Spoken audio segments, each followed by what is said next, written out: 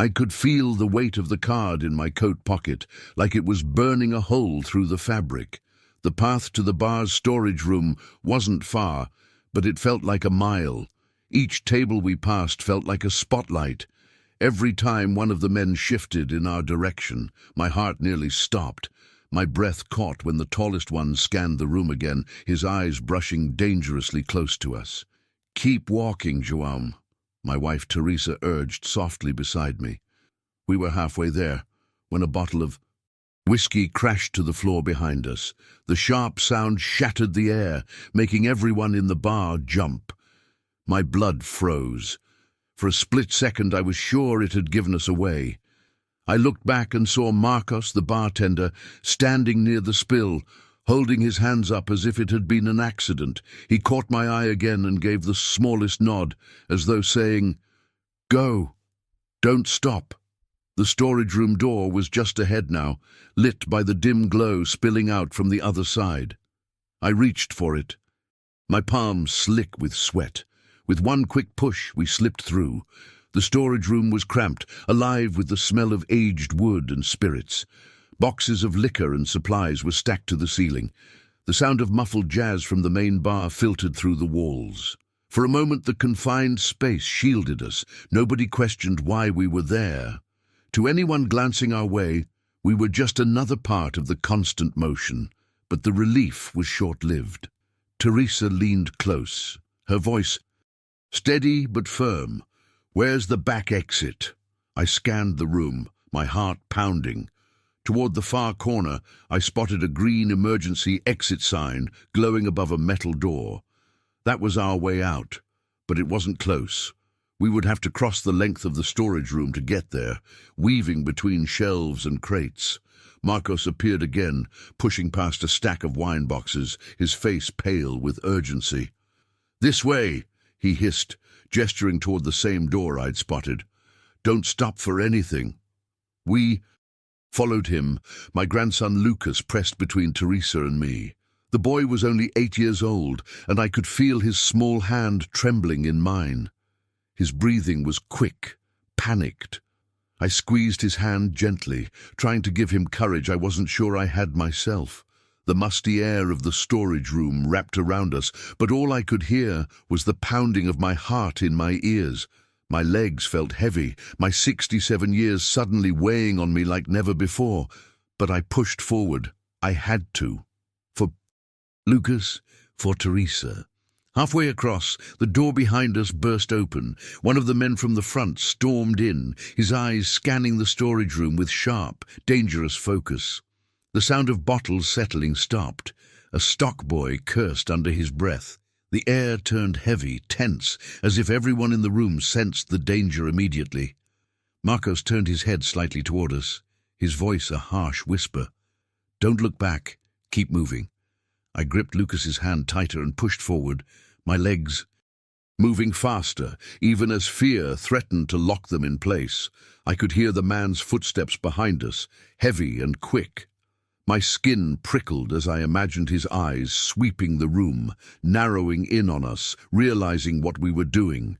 The emergency exit loomed ahead, closer now, just a few more steps. Teresa's breath was ragged beside me, Lucas's hand trembling in mine. I could feel the chase building, the moment when everything would snap into motion. This was it, the choice Marcos had forced into our hands. Trust him completely and run, or hesitate and risk being caught. I didn't hesitate. I pushed toward the door with everything in me, knowing the next few seconds would change everything. The emergency exit was just ahead, glowing green like a lifeline in the dimness of the storage room. I pulled Lucas with me, my chest heaving, every step feeling heavier than the last. Teresa was right beside us, her breath sharp, her hand pressed against Lucas's back to keep him moving. The sounds of the storage room, the clink of bottles, the creak of wooden crates, the distant jazz music all blurred together into a wall of noise. But over it all, I heard the distinct slam of heavy boots on concrete. The intruder was inside. "Keep going!" Marcos shouted from behind us. His voice cut through the chaos like a knife. I didn't dare look back, but I knew he had stayed behind, trying to slow the man down. I heard the scrape of a metal shelf being shoved, the crash of bottles shattering on the floor, followed by a grunt of anger. Marcos was buying us time, but time was running out. The door was so close I could almost touch it. But before we reached it, another figure burst into the storage room from the main bar. My stomach dropped. It was the second man. He spotted us immediately, his eyes locking on me like a predator. He barked something to his partner, and they both started toward us. Teresa's hand pressed harder against Lucas's back. "Faster, João!" she urged, her voice a mix of fear and fierce determination. I pushed my legs harder, but the storage room seemed endless. My knees ached, my breathing labored. The years suddenly felt like weights on my shoulders, but I couldn't stop, not now. The workers had frozen mid-motion, their eyes wide, some clutching bottles as if they wanted to help but didn't know how. We reached the final stretch. The glowing exit sign was directly above us now. My hand reached out, fingers brushing the cold metal of the push bar. Relief surged through me for a split second until I heard the footsteps pounding closer. I shoved the door open with all my strength. The metal bar gave way and the cool night air rushed in. Lucas stumbled through first, then Teresa. But as I started to push out, a rough hand clamped down on my shoulder and yanked me back. I shouted. The alley outside blurred as fear shot through me like lightning. The man had caught me. His grip was iron, his face inches from mine, his teeth bared in a twisted grin. "Where do you think you're going, old man?" he hissed. Teresa's voice split the air. "Let him go!" She lunged forward, grabbing onto my arm, pulling me with all her strength. Lucas was crying, shouting my name. For a terrifying moment I was caught between them, my shoulder burning as I fought against his grip. Then Marcos appeared out of nowhere. He barreled into the man with the force of someone who had nothing left to lose. They slammed into a shelf, sending bottles and boxes clattering to the floor. The man's grip broke and I stumbled free, my knees nearly buckling. "Go!" Marcos shouted again, his voice raw. He was on the ground now, wrestling with the man, trying to pin him down. The second intruder lunged forward, but one of the stock boys shoved a rolling cart into his path, knocking him sideways. The storage room erupted into chaos, yells, crashes, the smell of spilled alcohol. Teresa yanked me through the doorway, slamming the emergency exit shut behind us. We spilled into the alley, gasping for air. The night was cool and sharp against my overheated skin. Lucas clung to me, sobbing into my chest, while Teresa held both of us close, her arms shaking as much as mine. But the danger wasn't over. The sound of the door banging from the inside echoed in the alley. They were trying to follow us. Then headlights swept across the brick wall and the screech of tires filled the air. A police cruiser pulled up fast, sirens wailing. 2 officers jumped out, guns drawn, shouting commands. The banging on the storage room door stopped instantly. Whoever was inside must have realized their time was up. The officers rushed past us into the building, shouting for the suspects to get on the ground. The alley was suddenly filled with flashing red and blue lights, painting the walls with their glow. I stood frozen, my chest heaving, my body trembling so violently I thought I might collapse. My legs finally gave out, and I leaned against the brick wall, sliding down slowly. Teresa knelt beside me, her hand on my face. "João, are you okay? Stay with me." Marcos stumbled out moments later, one side of his vest torn, his face pale with exhaustion. He looked at us and managed a small, tired smile. "You made it," he said, his voice hoarse. I wanted to thank him, to tell him he had saved our lives, but the words caught in my throat. Instead, I just nodded, tears spilling down my weathered face. The officers returned with the 2 men in handcuffs, their expressions dark and furious. Seeing them restrained should have made me feel safe, but instead it sent another chill down my spine. These men had walked into a sophisticated bar with purpose, and that purpose had been us. I didn't know why, but I knew it wasn't random.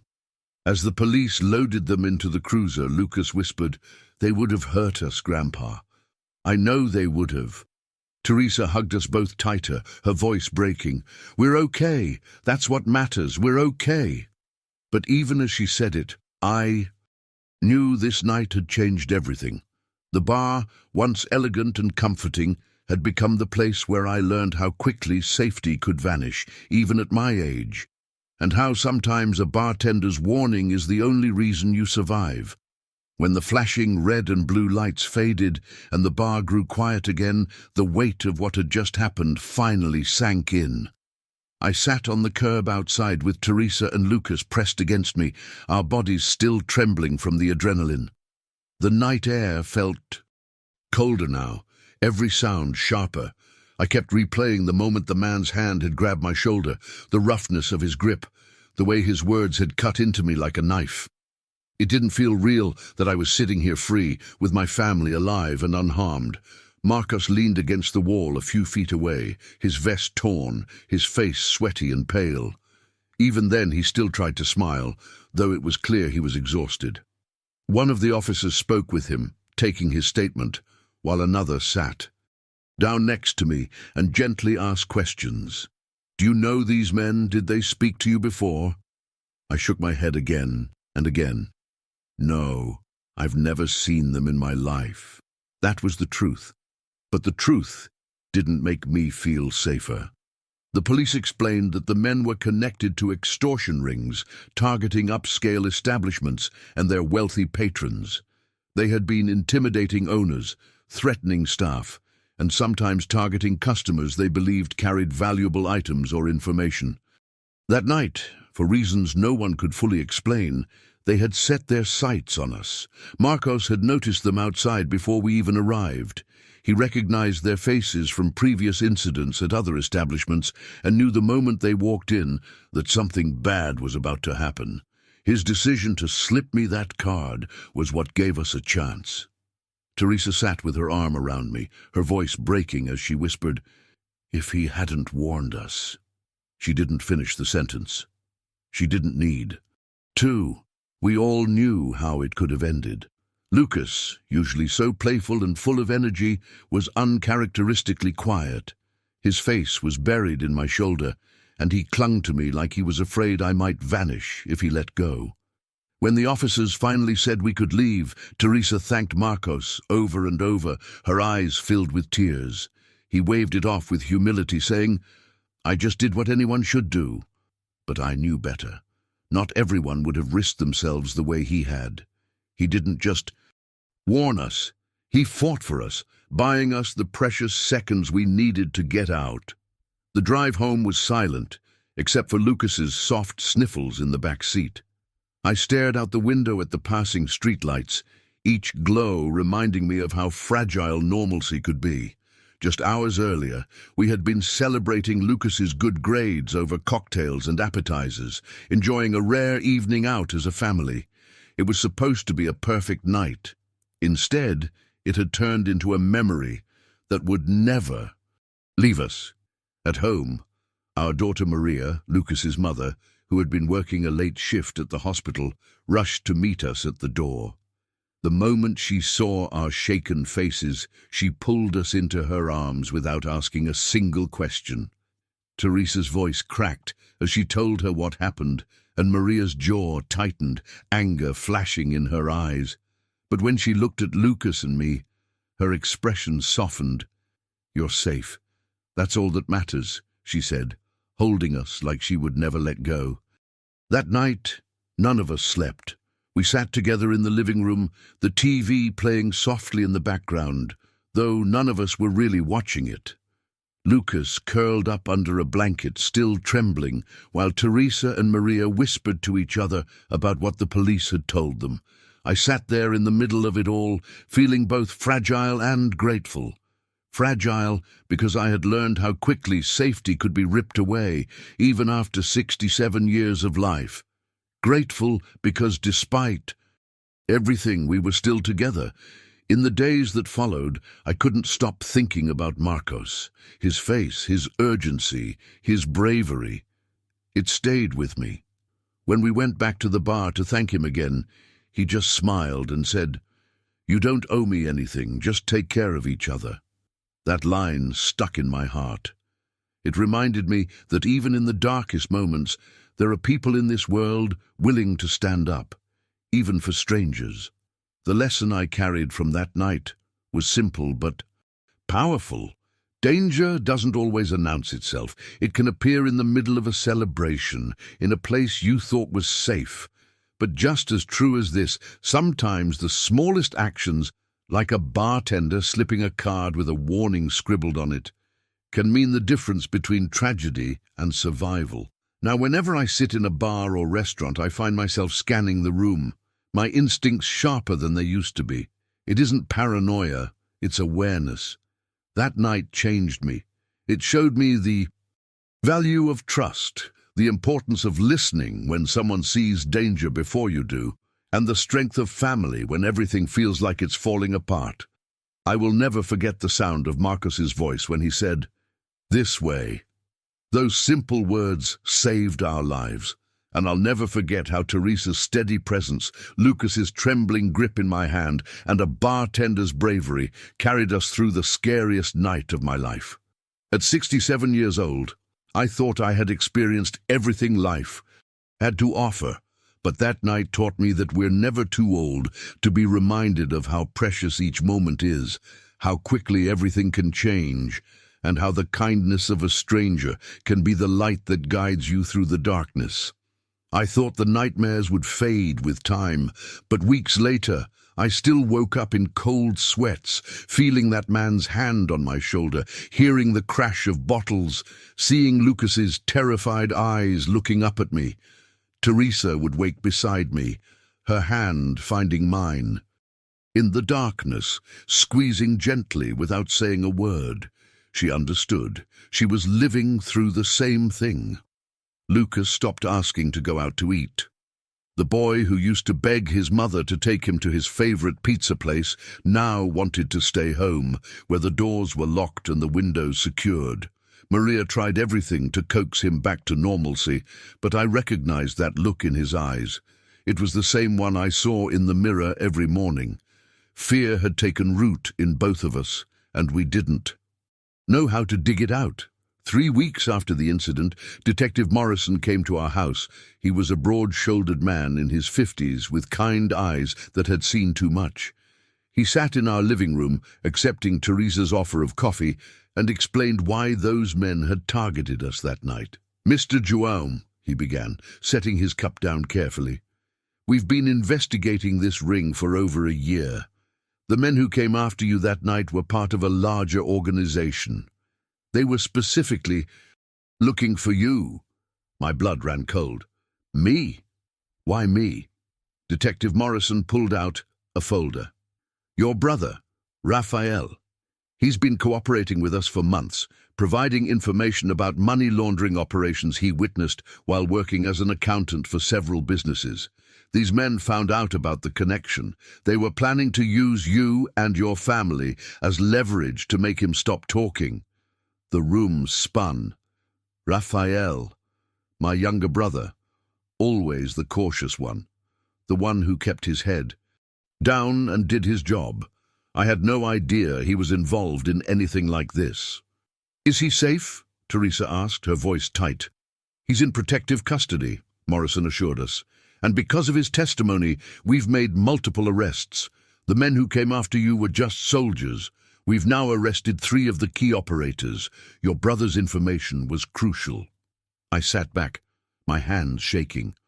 All of this, the terror, the chase, Lucas's nightmares, had been because of something I didn't even know about, because my brother had tried to do the right thing, and these criminals had decided to punish him through me. "There's something else," Morrison continued. "Marcos, the bartender who helped you. He's not just a bartender. He's an undercover officer. He's been working that bar for 6 months, gathering intelligence on this organization. When he saw those men come in and clock you, he knew exactly what was happening.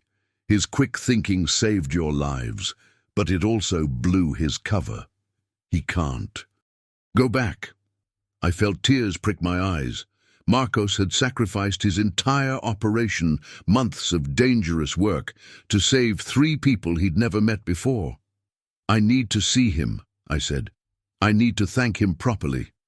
Morrison nodded. I think he'd like that. The meeting was arranged for the following week at a secure location. When I walked into the small office, Marcos was there, looking different in plain clothes, his hair shorter, his demeanor more official. But when he saw me, that same tired smile crossed his face. "João," he said, standing to shake my hand, "how are you holding up?" "Better now," I said, though we both knew it was only partially true. "I wanted to thank you for everything. You gave up so much for us." He shook his head. "I became a cop because I wanted to protect people. That night I got to do exactly that. I'd make the same choice again." We talked for over an hour. He told me about his months undercover, the tension of maintaining his cover, the dangerous people he'd had to pretend to befriend. He told me he'd had 3 other close calls before our night, but ours was the one where he finally had to act. "I saw you walk in with your wife and grandson," he said. "I saw the joy on that little boy's face. And then I saw those men exchange looks, make a phone call, and start moving toward your table. I couldn't let it happen, not to a family just trying to have a nice evening together." "What will you do now?" I asked. "New assignment, new city." "Probably," he said with a shrug. "That's the life. But honestly, knowing you and your family are safe makes it worth it." Before I left, I handed him an envelope. Inside was a letter I'd written, thanking him properly, telling him what his sacrifice meant to our family. I also included a photo, one Teresa had taken just days before, of me and Lucas in our garden, both of us smiling. On the back, I'd written, "This is what you saved. Thank you for giving us more days like this." I saw his eyes water as he looked at the photo, and he carefully tucked it into his wallet. The trial came 4 months later. I had to testify, had to sit in a courtroom and look at those men again, separated from me only by a wooden barrier and armed guards. My hands shook as I spoke, but Teresa sat in the front row, her eyes locked on mine, giving me strength. Lucas didn't have to testify, thank God. The lawyers agreed that my testimony and the security footage from the bar was sufficient. When the verdict came, guilty on all counts, I felt something release in my chest. Not complete relief, but a beginning. These men would be in prison for a very long time. They couldn't hurt my family anymore. Raphael came to visit after the trial. We stood in my backyard, 2 old men who'd lived completely different lives, now bound together by this terrible thing. "I'm sorry," he said, his voice breaking. "I never meant for any of this to touch you. I thought I was being careful." I looked at my younger. "Hey, brother," seeing the weight he'd been carrying. "You were trying to do the right thing," I said. "That's what matters. And we're all safe now. That's what matters." He hugged me then, and we both cried, releasing months of fear and tension and guilt. Life slowly began to return to normal, or at least a new version of normal. Teresa and I started going out again, though we chose quieter places, restaurants we knew well. Lucas gradually came back to himself, his laughter returning, though I noticed he always wanted to sit where he could see the door. On what would have been 6 months after that night, we did something we'd been planning for weeks. We went back to the bar. It had new management now, new staff, but we needed to face that place again, to take back the fear it had planted in us. We sat at a different table this time, in a quieter corner. Lucas sat between Teresa and me, and we ordered appetizers and drinks, just like we'd done that night. For a while we were tense, our eyes darting to every person who walked in, but gradually, as the evening wore on and nothing happened, we began to relax. We began to remember that most nights are just nights. Most strangers are just strangers. Most places are truly safe. "Grandpa," Lucas said, looking up at me with those bright eyes that had seen too much too soon. "I'm glad we came back." "Me too, buddy," I said, ruffling his hair. "Me too." That night, as we drove home under streetlights that no longer felt ominous, I realized something important. What happened to us was real and terrifying, and it changed us in ways we'd carry forever. But it also showed us something beautiful. It showed us that in a world where danger can appear without warning, there are also people like Marcos willing to risk everything to protect strangers. It showed us that family bonds can withstand even the most terrifying ordeals. It showed us that we're stronger than we thought we were. At 67, I learned that life can still surprise. You still test you, still push you to limits you didn't know you had. But I also learned that even when fear tries to steal your joy, you can fight back. You can reclaim your life moment by moment, choice by choice. Now, when I sit in restaurants or bars, yes, I still scan the room. Yes, I still note the exits and watch unfamiliar faces more carefully than I used to. But I also savor each moment more deeply. I hold Teresa's hand a little tighter. I laugh a little louder at Lucas's jokes. I don't take a single peaceful evening for granted, because that night taught me that life is fragile and precious and can change in an instant. But it also taught me that we have more courage than we know, more allies than we realize, and more reasons to keep living fully than any fear can take away. The card Marcos slipped into my pocket that night with its simple scrawled warning sits framed on my desk now. A reminder.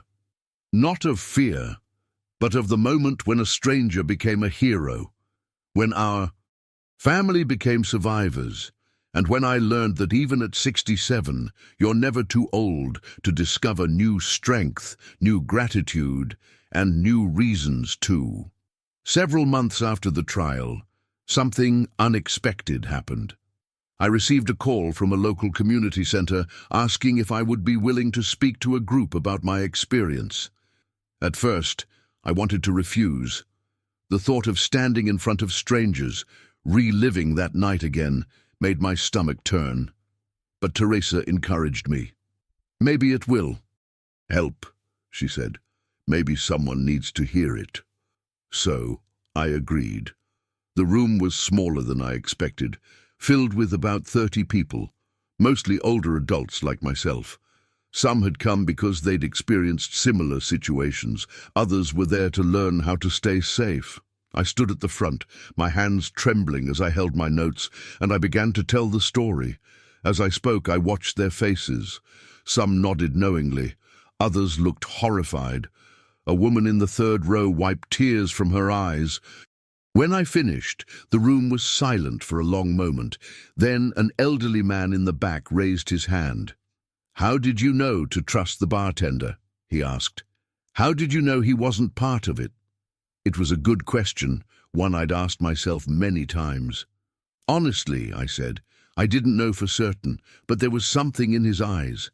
Desperation, urgency. Not for himself, but for us. Sometimes you have to trust your gut even when you're terrified." A woman in her 70s stood up. "I stopped going out after my husband died," she said, her voice shaking. "I'm afraid all the time.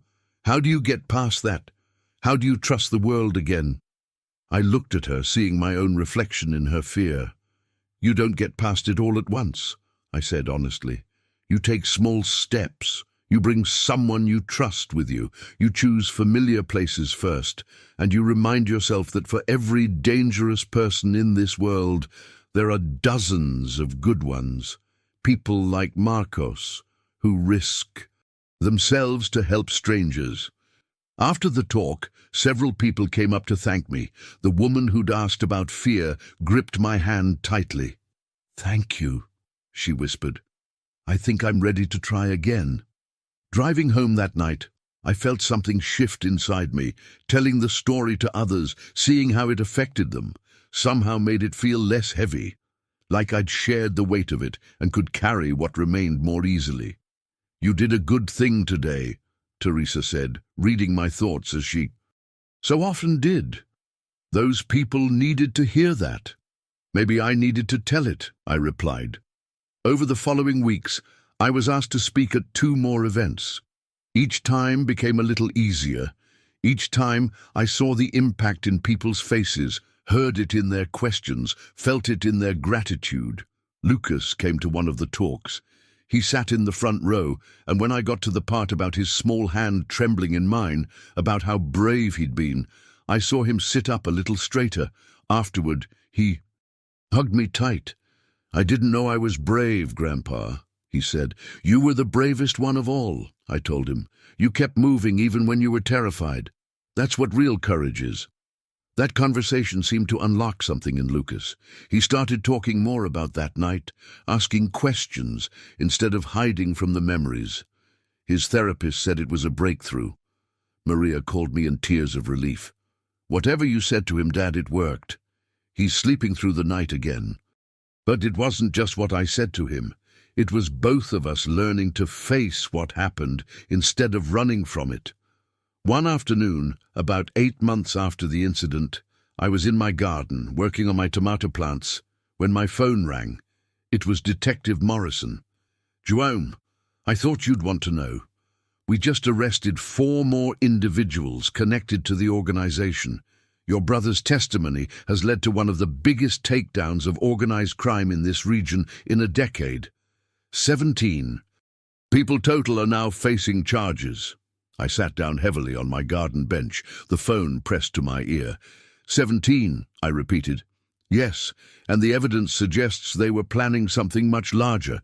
If Raphael hadn't come forward, if that night at the bar hadn't exposed their operation, dozens of people might have been hurt. You and your family, you were part of stopping something much bigger than you knew."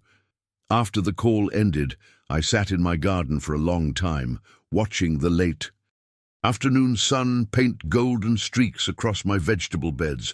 Everything we'd been through, all the fear and trauma and sleepless nights, had been part of stopping a much larger evil.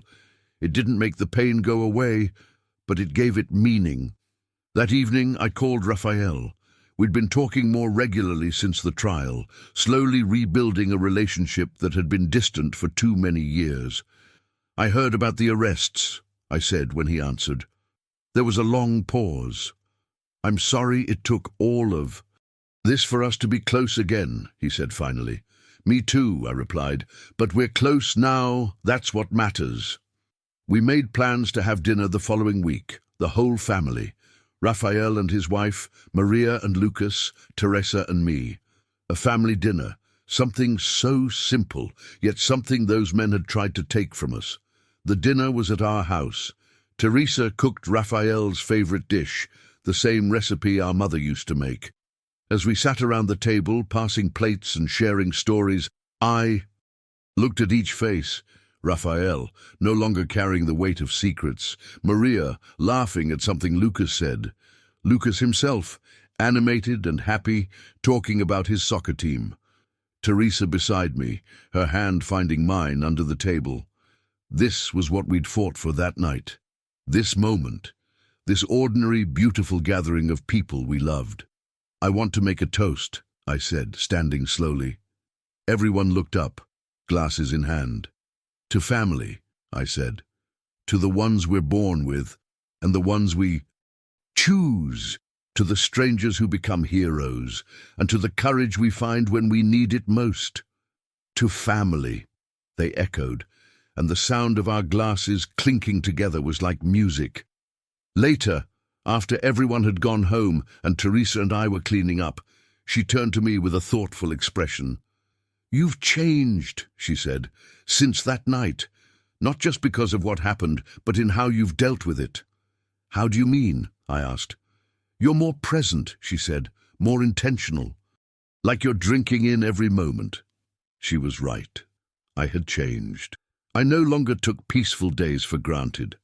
I no longer put off telling people I loved them. I no longer waited for someday to do the things I wanted to do.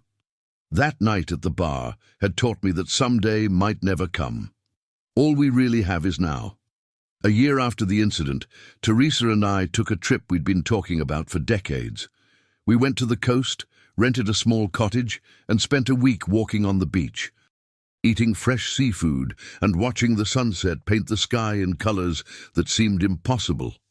One evening, as we sat on the porch watching the waves roll in, Teresa said, "Do you ever wish that night never happened?" I thought about it carefully. "I wish Lucas hadn't had to be scared like that," I said. "I wish you hadn't had to go through it. But for myself, I don't know. That night changed me in ways I needed to change. It woke me up to how precious everything is." She leaned her head on my shoulder. "Always finding the meaning in things," she said softly. "That's one of the things I love about you." We sat in comfortable silence as the sun dropped below the horizon, painting the sky in shades of orange and pink and purple. Somewhere in this same world, people were experiencing their own moments of terror, their own close calls with danger. But also in this same world, there were people like Marcos, ready to step up and help. There were families like ours, learning to heal and grow. Stronger, there was beauty and danger, fear and courage, all existing together. On our last day at the coast, I went for a walk alone early in the morning. The beach was empty, except for a few seagulls and the endless rhythm of the waves. I thought about the man I'd been a year ago, walking into that bar excited about a celebration, completely unaware of what was about to happen.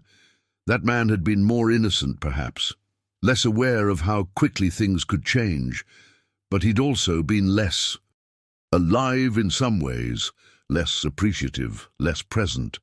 I thought about Marcos, wherever he was now, working undercover in some new city, putting himself at risk again to protect strangers.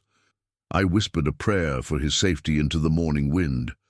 I thought about Raphael, finally free from the burden of the secrets he'd been keeping, finally able to sleep at night.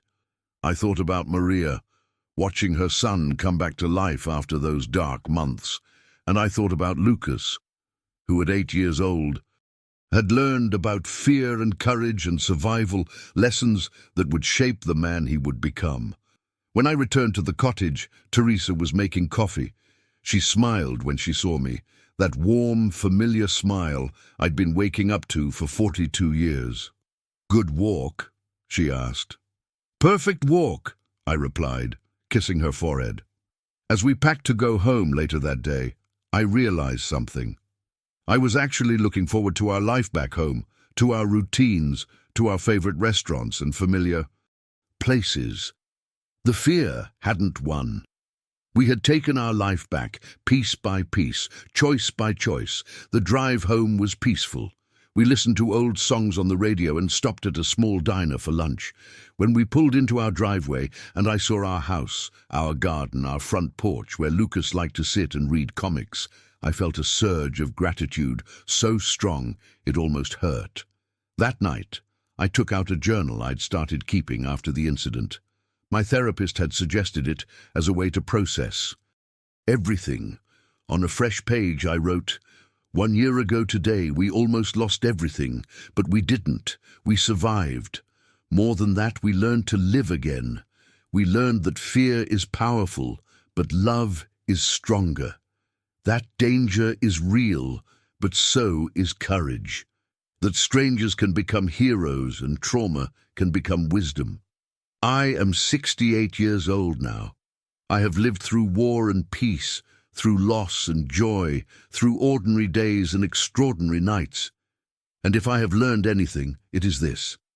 Life will surprise you, it will test you, it will sometimes terrify you, but if you face it with courage, with love, with an open heart and watchful eyes, it will also amaze you with its beauty, its resilience, and its grace.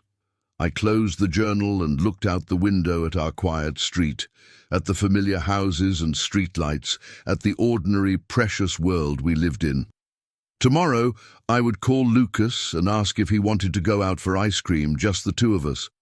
Tomorrow, I would hug Teresa a little tighter and tell her I loved her, Not because I hadn't said it yesterday, but because saying it never gets old. Tomorrow, I would continue living the life that Marcos helped save, that our family fought to keep, that those men tried to steal but couldn't, because in the end, that's how you win against fear, not by pretending it doesn't exist, but by refusing to let it stop you from living. One day at a time, one choice at a time, one grateful breath at a time. The following. Spring brought unexpected news.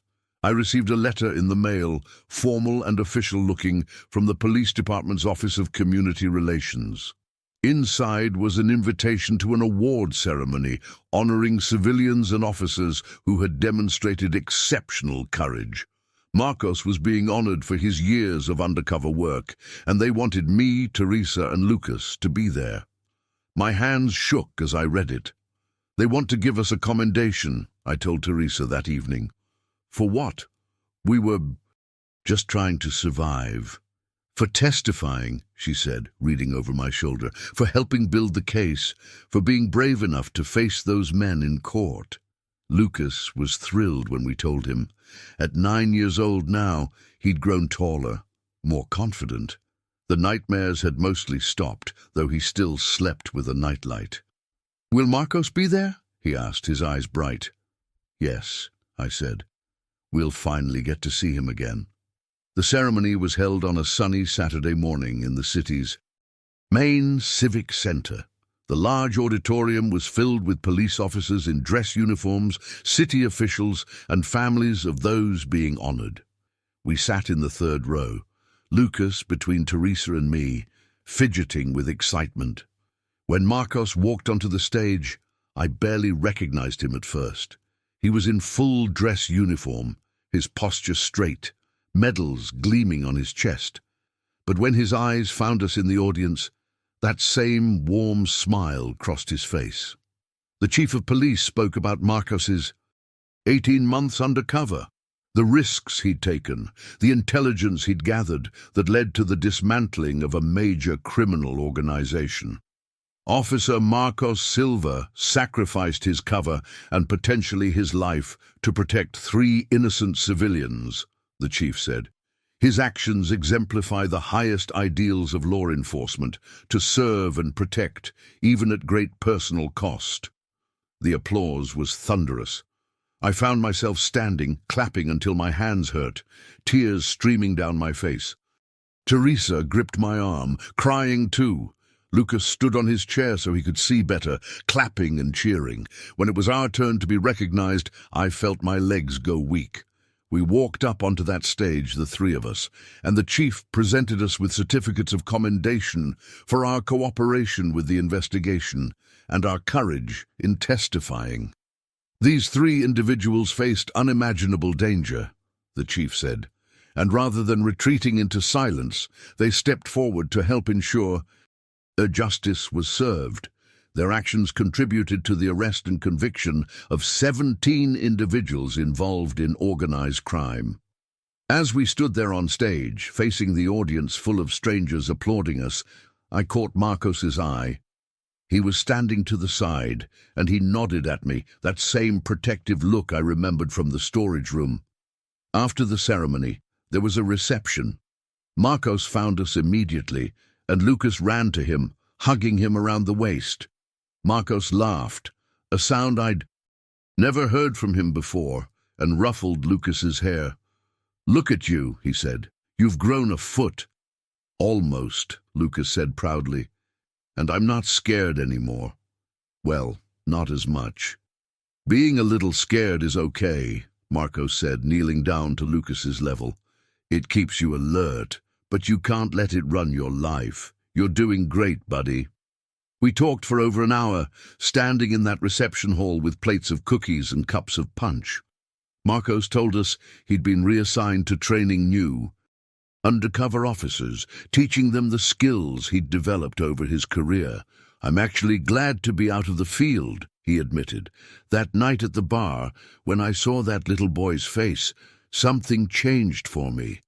I realized I'd been doing this work for so long, I'd almost forgotten what I was protecting. You reminded me." "Where are you living now?" Teresa asked. Not far, he said. About an hour from here. I got a small apartment, adopted a dog, living a quieter life. You should come. Into dinner, I said suddenly. Please, let us cook for you. It's the least we can do. He started to protest, but Teresa cut him off. We insist. Next Saturday, 6 o'clock, I'll make enough food for an army. He laughed and agreed. That Saturday, our house was filled with life. Raphael and his wife came. Maria brought Lucas early to help cook. And at exactly 6 o'clock, Marcos arrived with a bottle of wine and flowers for Teresa, looking nervous in civilian clothes. I'm not good at social situations, he confessed at the door. I've spent so many years pretending to be someone else, I sometimes forget how to just be myself. You're with family now, I said, and I meant it. The dinner was loud and joyful. We ate too much, laughed too hard, told stories that grew more exaggerated with each retelling. Lucas showed Marcos his soccer trophies. Raphael and Marcos discovered they both loved fishing and made plans to go together. Teresa kept refilling everyone's plates, beaming with happiness. As the evening wound down and guests began to leave, Marcos pulled me aside on the front porch. Thank you, he said quietly, for tonight, for making me feel like I belong somewhere. You don't know what that means. You saved our lives, I said. You'll always belong here. He looked out at the quiet street, the same street where Teresa and I had returned home that terrible night over a year ago. I've saved a lot of people in my career, he said, but most of the time, I never know what happens to them after. I never see if they heal, if they move on. With you, with your family, I get to see that it mattered, that you're not just surviving, you're thriving. That makes everything worth it. We stood there in comfortable silence, two men from completely different worlds, connected by one extraordinary night. You know, I said, I've been thinking about volunteering. Maybe talking to other seniors about safety awareness, about trusting their instincts. Would you help me? Develop a program. His face lit up. I'd love that. We could reach a lot of people, help them stay safe without living in fear. And that's exactly what we did. Over the next several months, Marcos and I developed a presentation we called Aware, Not Afraid. We visited senior centers, community groups, and neighborhood associations. Marcos taught practical safety tips. I shared our story and talked about the balance between caution and living fully. The program grew beyond anything I'd imagined. We trained volunteers to give the presentation in their own communities. We created handouts and guides. Local news stations interviewed us. Letters came from people across the state thanking us for helping them feel more empowered. One letter in particular moved me deeply. It was from an 82-year-old widow who wrote, I've been a prisoner in my own home for 3 years, too afraid to go anywhere alone. After hearing you speak, I went to lunch with friends for the first time. Since my husband died, thank you for giving me permission to live again. I showed the letter to Teresa that night, my voice breaking as I read it aloud. That's why you're doing this, she said. You're taking something terrible and making it mean something beautiful.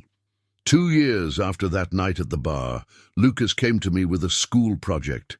He had to write about someone who'd influenced his life.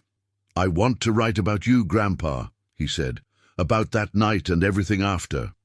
We sat together at my desk, and he asked me questions, recording my answers on his phone. Were you scared? He asked. Terrified, I admitted. More scared than I've ever been in my life. But you didn't show it, he said. You kept us moving. You protected us. We protected each other, I corrected. You were just as brave as me, maybe braver. You were only 8 years old. His final question caught me off guard. If you could go back and change that night, would you? I thought carefully. Before answering, I would change the fear you experienced. I would change the nightmares you had. But the rest, the way it brought our family closer, the way it taught us what really matters, the work Marcos and I do now, the people we've helped, I wouldn't change that. Sometimes the hardest experiences shape us in the most important ways. He nodded slowly, processing. I think I understand, he said. It's like my soccer coach says. The hardest practices make you the strongest player. Exactly like that, I agreed. His presentation earned an A and was selected to be displayed at a school assembly. As I sat in that auditorium watching my grandson present our story with confidence and pride, I felt something come full circle. He wasn't defined by what had happened to him. He'd integrated it, learned from it, and was now using it to inspire others. That summer, Marcos called with news. "I'm getting married," he said, his voice full of joy I'd never heard before. "Her name is Anna. She's a teacher, and I want you and Teresa to be there, your family." The wedding was small and beautiful, held in a garden overlooking the ocean. During his vows, Marcos spoke about how close he'd come to giving up on ever having a normal life, a real connection. And then I met a family who showed me what courage and love really look like, he said, looking directly at us. They reminded me that there's always a reason to keep fighting for the good in this world. There wasn't a dry eye in the garden. At the reception, Anna sought us out. She was warm and genuine, with kind eyes that reminded me of Teresa. "Thank you," she said, gripping both my hands. "Marcos has told me everything. He says meeting your family changed his life, showed him he could have something beyond the job. I wouldn't have him without you."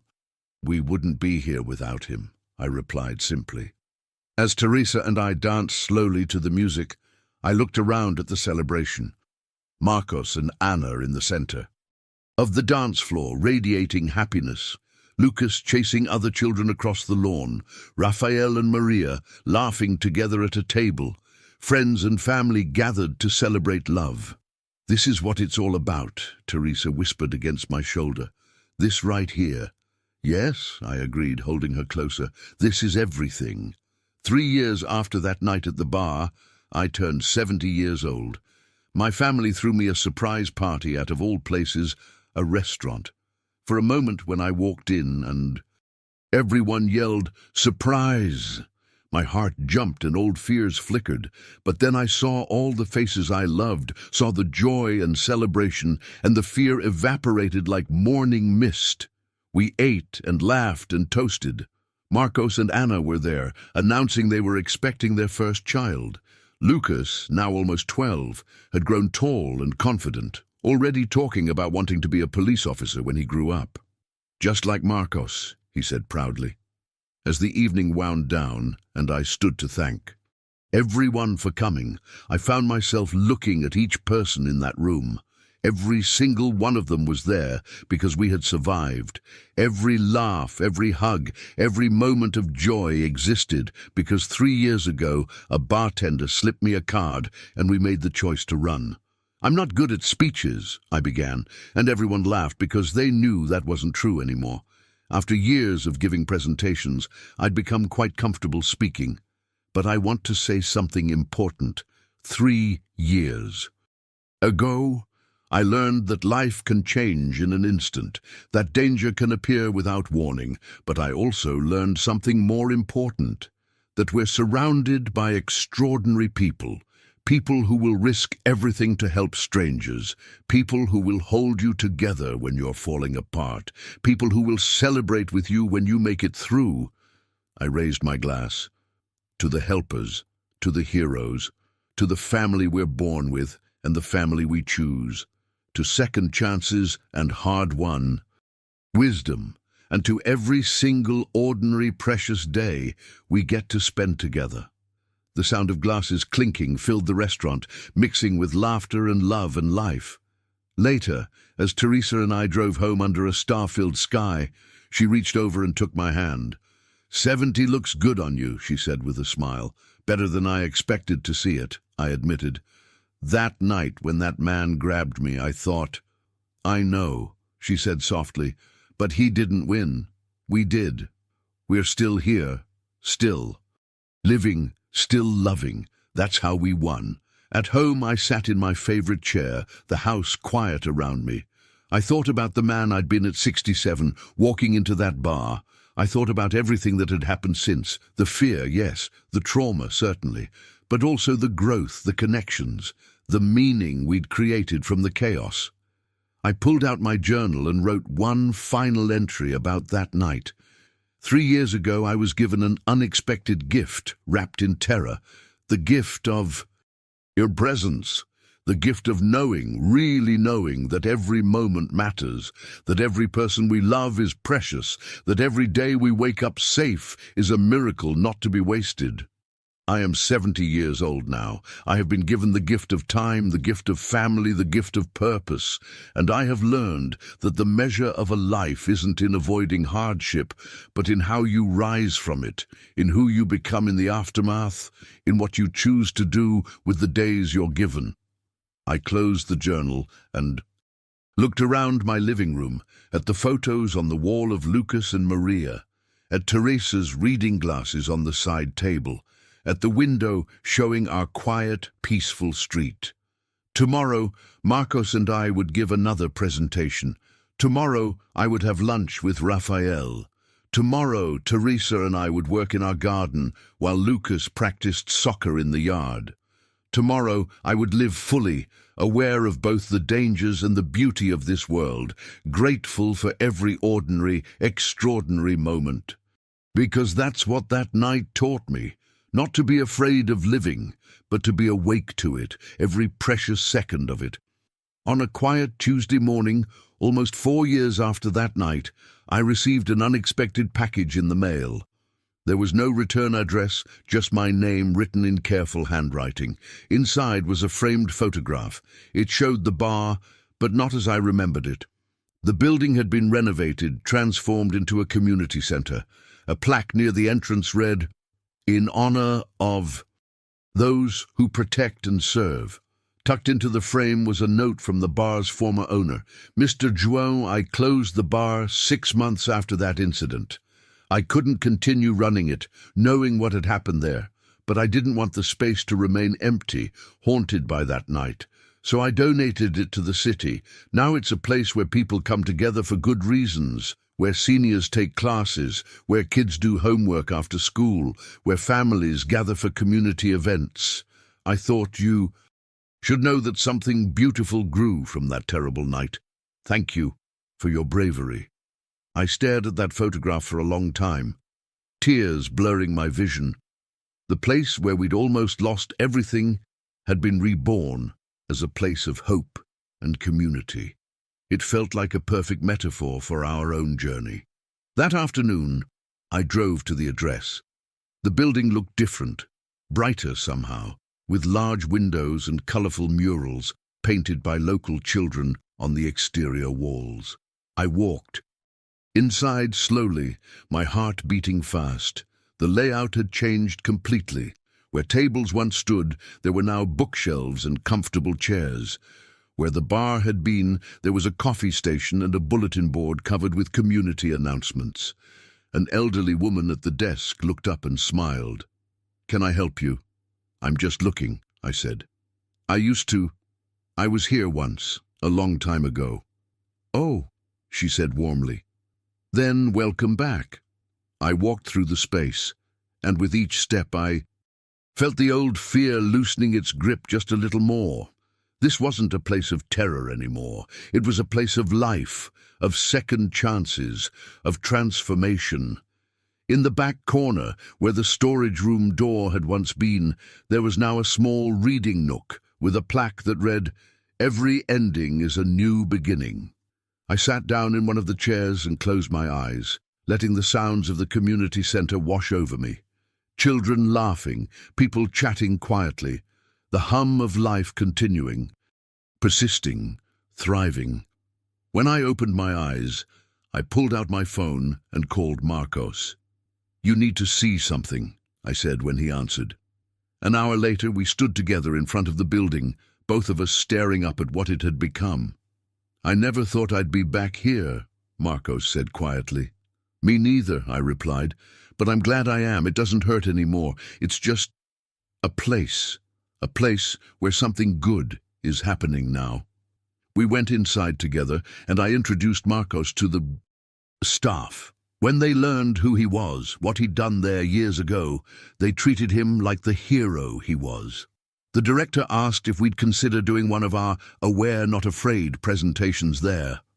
"We serve a lot of seniors," she said. "Your message would mean so much to them."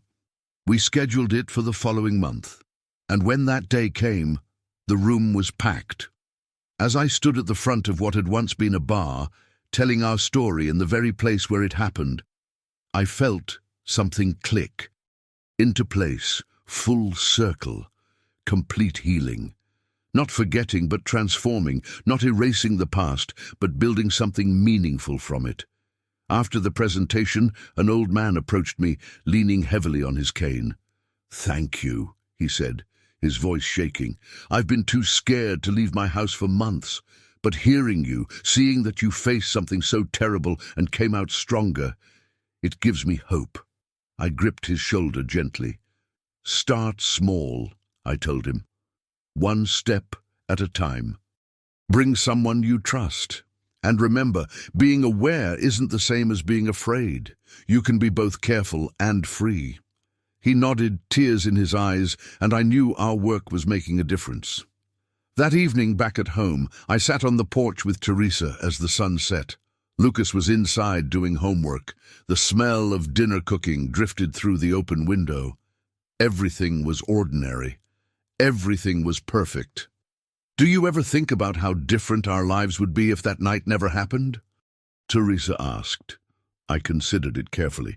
"Different," I said finally. "Maybe easier in some ways, but would I trade who we've become? The people we've helped? The awareness we've gained? No, I wouldn't trade it." She leaned her head on my shoulder, and we sat in comfortable silence as the sky turned from gold to pink to purple. Somewhere in the distance, a dog barked. A car drove by slowly.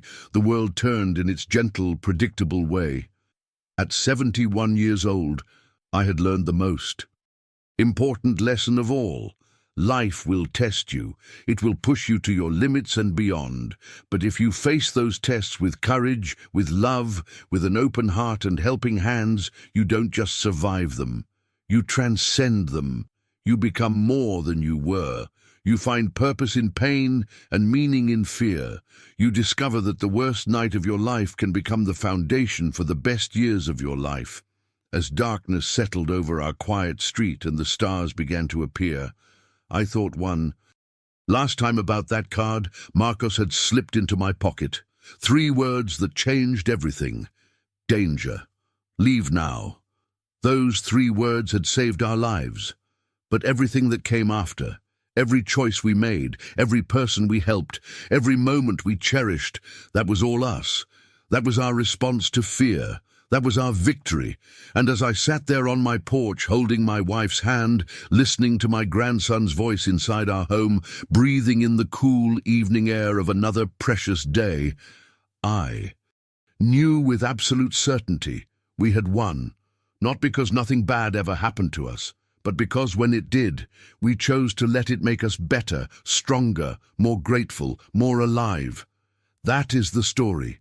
That is the lesson. That is the gift hidden in the darkness, and I will carry it with me for whatever days I have left, living each one fully, aware of the dangers but never ruled by them, grateful for the helpers, cherished by my family, and at peace with the journey that brought me here. To this moment, to this breath, to this beautiful, ordinary, extraordinary life. The winter of my 76th year brought an unexpected phone call. It was from a television producer in New York who'd read our book and wanted to feature our story in a documentary series about ordinary people who faced extraordinary circumstances. "We want to show not just what happened to you," she explained, "but what you did with it afterward. The ripple effects, the lives changed. That's the real story." I was hesitant at first. The thought of cameras, of reliving everything in such a public way, made my stomach turn. But Teresa surprised me. "I think we should do it," she said that evening. Think about how many more people we could reach.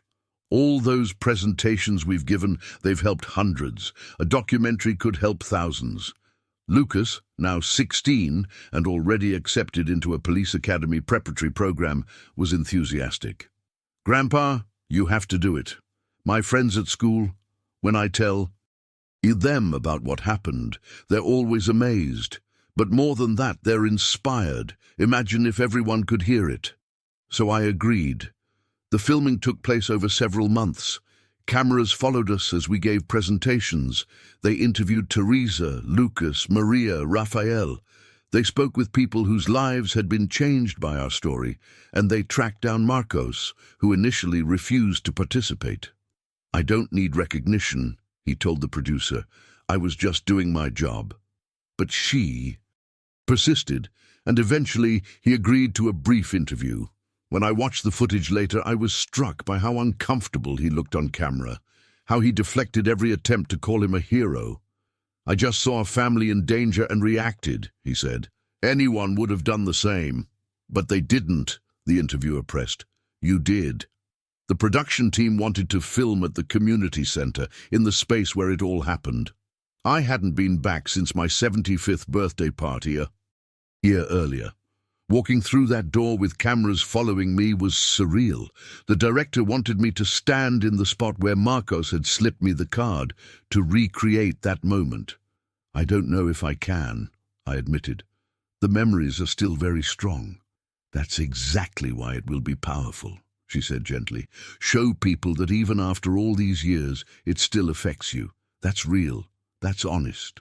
So I stood there in that spot, and the memories flooded back with stunning clarity. The weight of the card in my pocket, the fear in Teresa's eyes, Lucas's small hand in mine, the sound of footsteps behind us. My breathing became rapid, my hands started to shake. Teresa, who was watching from the side, immediately stepped forward. "That's enough," she said firmly to the crew. "He's done." But I held up my hand. "No," I said, my voice steadier than I felt. "I need to do this. I need to show people that healing doesn't mean forgetting, that you can be strong and still. Carry scars." I looked directly into the camera and spoke from my heart. Standing here, I can still feel that terror. I can still feel my heart racing, my hands shaking. That night changed me in ways that will never completely fade. But here's what I want people to understand. Those scars don't make you weak. They make you real. They make you human. And if you let them, they can make you compassionate, aware, and grateful for every moment you have. The interview went on for another hour. I told them everything.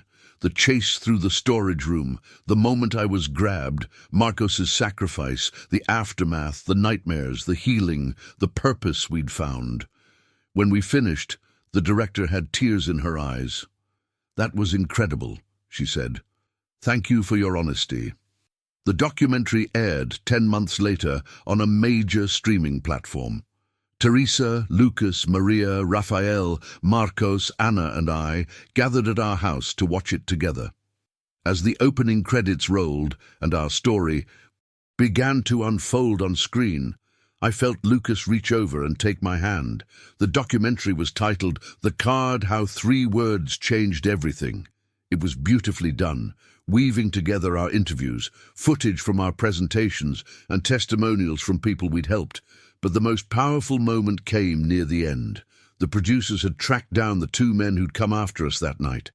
They were still in prison and agreed to be interviewed.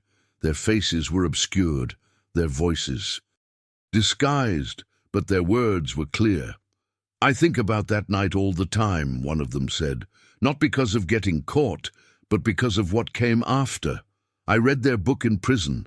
I saw how they took what we tried to do to them and turned it into something good. It made me realize how much damage I'd caused, not just to them, but to everyone I'd hurt over the years." "Have you changed?" the interviewer asked. There was a long pause. "I don't know if people like me can change," he said, finally. "But I'm trying. I got my GED in here, I'm taking classes, and I think about that old man and his family, how they didn't let us destroy them. Maybe that's my path forward too, not letting my past destroy my future. I felt tears rolling down my face as I watched. Even our attackers, the men who'd caused us so much pain, had been touched by what we'd built from that terrible night. The documentary ended with footage of our 75th birthday celebration at the community center, showing the hundreds of people whose lives had been changed by our message. The final shot was of Teresa and me sitting on our porch, holding hands as I spoke directly to the camera one last time. If you're watching this and you've been through something traumatic, I want you to know, survival is just the beginning. What you do next, how you choose to move forward, that's where your power lies. You can let fear define you, or you can let courage transform you. The choice is always yours. As the credits rolled, our living room was silent. Then Lucas spoke, his voice thick with emotion. "Grandpa, that was amazing. You're going to help so many people." The response to the documentary was overwhelming. Within days, it was trending on social media. News outlets wanted interviews. The phone rang constantly with requests for appearances. Our email inbox filled with thousands of messages from people sharing their own stories of survival and transformation. One email in particular moved me deeply. It was from a young woman who'd been held at gunpoint during a robbery 3 years earlier. "I've been frozen in fear ever since," she wrote. "I couldn't leave my apartment, couldn't work, couldn't live. I watched your documentary last night and something shifted. If a 76-year-old man can face his trauma and turn it into purpose, then maybe I can too. Thank you for showing me it's possible." I wrote back to her personally, something I tried to do with as many people as possible. "You're braver than you know," I told her. "The fact that you're still here, still trying, that's courage. Take it one day at a time. And remember, healing isn't linear. There will be setbacks, but every small step forward matters." Over the following weeks, I corresponded with dozens of trauma survivors. Some had experienced violence like we had. Others had survived accidents, natural disasters, abuse, loss. Each story was unique, but the common thread was fear and the struggle to move beyond it. Marcos called me one evening, his voice thoughtful. "I've been getting recognized everywhere I go," he said. "People stop me on the street to thank me. It's uncomfortable."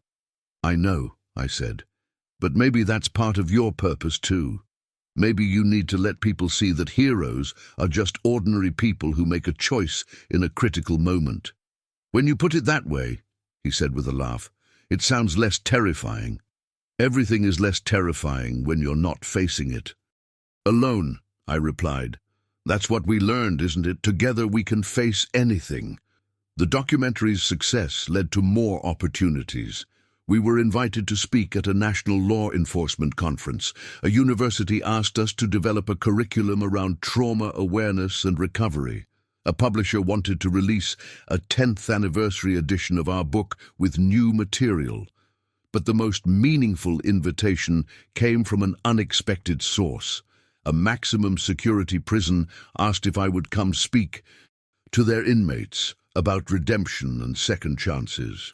"Many of our men have caused the kind of trauma you experienced," the warden explained.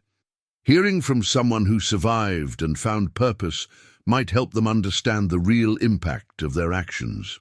I discussed it with my family. Maria was concerned about my safety.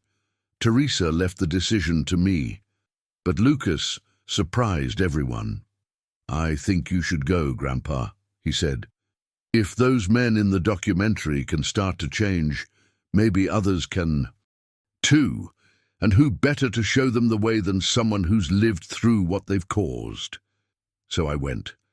Walking into that prison, through the security checkpoints and locked doors, my heart raced with old fears. But Marcos came with me, and his presence was steadying. We stood before 200 inmates in a large auditorium. Some looked hostile. Others looked bored. A few looked genuinely curious. I began speaking, telling our story once again, but this time I focused less on the terror and more on what came after. The men who came after my family that night tried to destroy us, I said. They wanted to use fear as a weapon, and for a while it worked. We were terrified, traumatized, broken in ways we didn't know how to fix. But here's what they didn't count on. We had a choice. We could stay broken, or we could rebuild ourselves into something stronger. I looked out at those faces, many hardened by years of violence and incarceration. Some of you in this room have caused the kind of pain I experienced. You've hurt people, destroyed families, left scars that will never fully heal. I'm not here to tell you that's okay, because it's not. But I am here to tell you that it doesn't have to define your entire existence. I told them about the man from the documentary, the one who'd attacked us but was now trying to change. He can't undo what he did. None of you can undo your past. But you can decide who you are from this moment forward. You can choose to let your mistakes teach you instead of define you. You can choose to become someone who adds good to the world instead of taking from it. The room was completely silent. Some men were crying openly. Others stared at the floor. One man in the front row raised his hand. "How?" he asked, his voice breaking. "How do you become better when everyone sees you as the worst thing you've ever done?" I thought carefully before answering. You start by seeing yourself as more than that. You acknowledge what you did. You don't take responsibility for it, but you don't let it be the end of your story. You write new chapters, better chapters, and slowly, page by page, you become someone different. After the talk, several inmates approached us. One man, probably in his 50s with grey streaking his hair, shook my hand with tears in his eyes. "I've been in here for 22 years, he said. "I killed a man in a robbery gone wrong. I've spent every day since then hating myself, thinking I'm beyond redemption. But you showed me that the people I hurt don't have to stay victims, and that means maybe I don't have to stay a monster." "You're not a monster," I said firmly. "You're a human being who made terrible choices, but you're still human, and humans can change." Driving home that evening, Marcos and I were quiet for a long time. Finally, he said, "That might have been the most important thing we've ever done." "Why do you say that?" I asked. "Because we didn't just help victims today. We planted seeds of change in people who create victims. If even one of those men comes out of prison different, if even one of them breaks the cycle, think about all the future pain that prevents." He was right, of course. Our story had always been about more than just survival.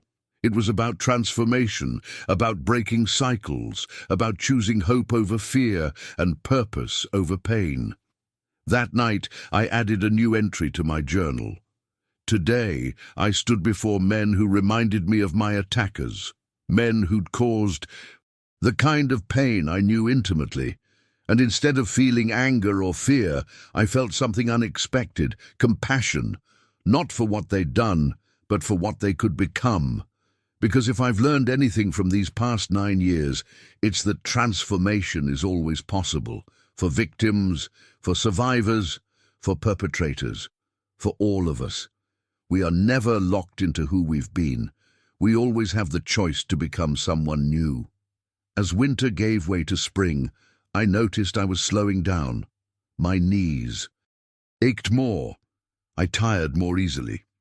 The simple fact of aging asserted itself in ways I couldn't ignore. But my mind was sharp, my purpose clear, and my gratitude boundless.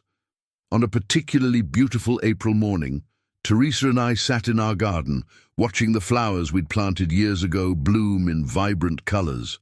Lucas, now 17 and preparing to graduate high school, was inside studying for finals. The house was peaceful. The world was quiet. "This is nice," Teresa said softly. "Just being. Not doing anything in particular, just being here together. It's everything," I agreed. We sat in comfortable silence, two people who'd weathered storms together and found their way to calm waters. After 76 years of life, 9 years after that terrible night, I had finally learned the secret. Presence. Being fully, completely, gratefully present for each ordinary miracle of a moment. "Do you ever wish we'd never gone to that bar?" Teresa asked suddenly. It was a question she'd never asked before. I considered it carefully, watching a butterfly land on a nearby flower. "No," I said finally. "I wish it hadn't been traumatic. I wish Lucas hadn't had to experience that fear. But the journey it set us on, the people we've helped, the meaning we've found, I wouldn't trade that, would you?" She thought for a long moment. "No," she said, "I wouldn't either. Isn't that strange? To be grateful for something that was so terrible." "Not strange," I said. "Human. We're meaning-making. Oh, creatures. We take what happens to us, and we shape it, mold it, try to find purpose in it. That's not strange, that's survival. But so are heroes. That family sticks together, that you can survive terrible things and come out stronger. Those lessons, Grandpa, they're going to make me a better officer someday." I reached down and placed my hand on his shoulder. "You're already a better man than I was at your age. That night didn't make you who you are, Lucas. It revealed it." He smiled up at me, and in that moment I saw the full arc of our journey.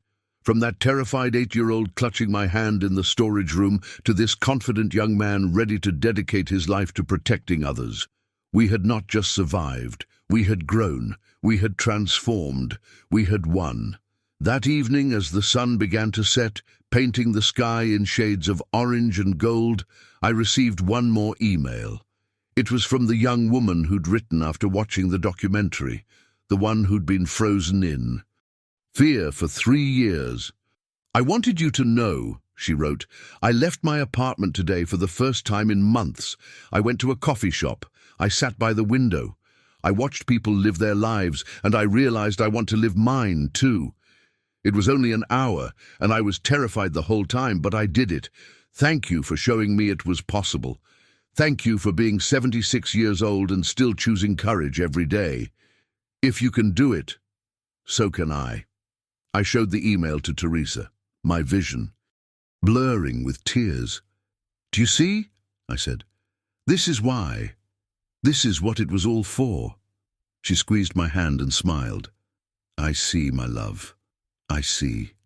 As darkness settled over our garden and the first stars appeared in the deepening sky, I thought about all the years behind me and whatever years remained ahead.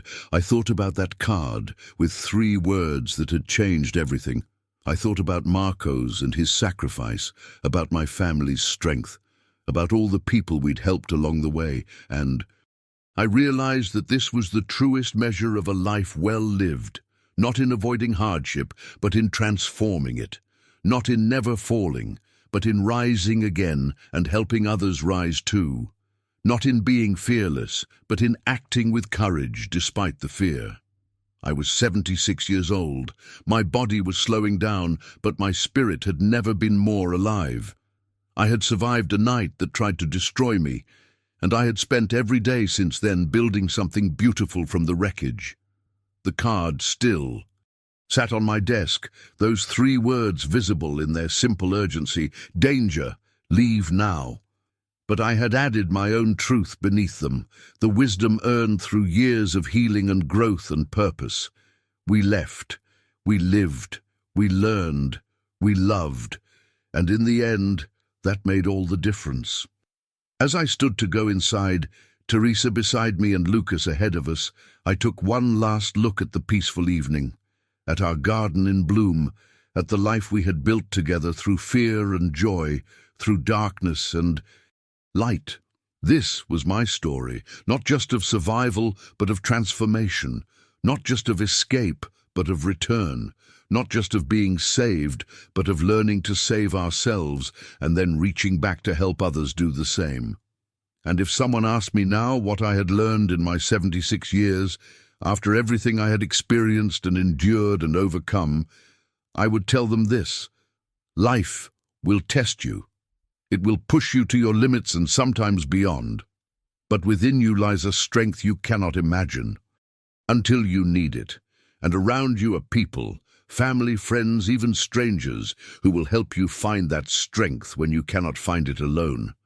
The night that tried to break us instead taught us how to be whole. The fear that tried to silence us instead gave us a voice to help others. The darkness that tried to consume us instead showed us how bright the light can shine when you refuse to let it be extinguished. That is the gift hidden in every trial. That is the grace available in every moment of terror. That is the truth I will carry with me to my final breath. We are stronger than we know. We are more connected than we realize. And we are never, ever truly alone. As I closed the door behind us and turned on the lights, filling our home with warmth and safety and love, I whispered one final prayer of gratitude for the warning that saved us, for the courage that sustained us, for the purpose that redeemed us, and for every precious moment of this extraordinary, ordinary, beautiful life. We had left the danger behind us that night 9 years ago, but we had carried the lessons with us every day since, and that, in the end, was how we won. Not by forgetting, but by remembering. Not by hiding, but by sharing. Not by letting fear define us, but by letting love transform us. This was our story. This was our victory. This was our gift to anyone who would listen. No matter how dark the night, morning always comes. And when it does, you have a choice: to remain in the shadows of what happened, or to step into the light of what comes next. We chose the light, and it made all the difference. 3 months after that peaceful evening in the garden, on a crisp morning in July, I woke up feeling different. Not sick exactly, but aware.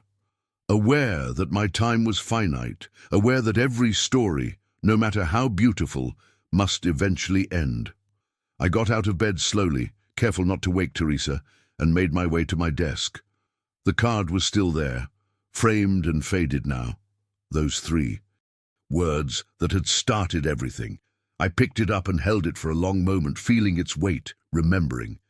Then I opened my journal one final time and wrote, "Today I am 76 years and 7 months old. I don't know if this is my last entry, but I write it as if it is. I want whoever reads this, Lucas perhaps, or his children someday, to know that I died grateful. Grateful for the warning that saved me, grateful for the family that loved me, grateful for the stranger who became a brother, grateful for every single day I was given after that night. I survived because someone cared enough to warn me. I thrived because I chose to make that survival mean something. And now, as I approach the end of whatever time I have left, I can say with absolute certainty, it was enough. It was more than enough. It was everything." I closed the journal and placed it on the shelf beside the others. Then I walked back to bed, slipped under the covers beside Teresa, and took her hand in mine. "I love you," I whispered. She stirred slightly, squeezed my hand without waking, and whispered back, "I love you too."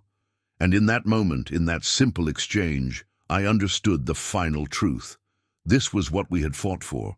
Not grand speeches or documentaries or recognition, just this, just the ability to lie beside the person you love and whisper those words one more time.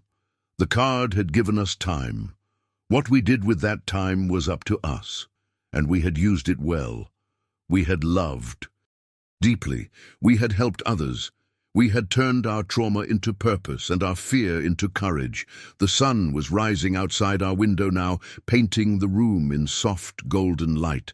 A new day, another gift, another chance to be present, to be grateful, to be alive. I closed my eyes, still holding Teresa's hand, and felt peace settle over me like a warm blanket.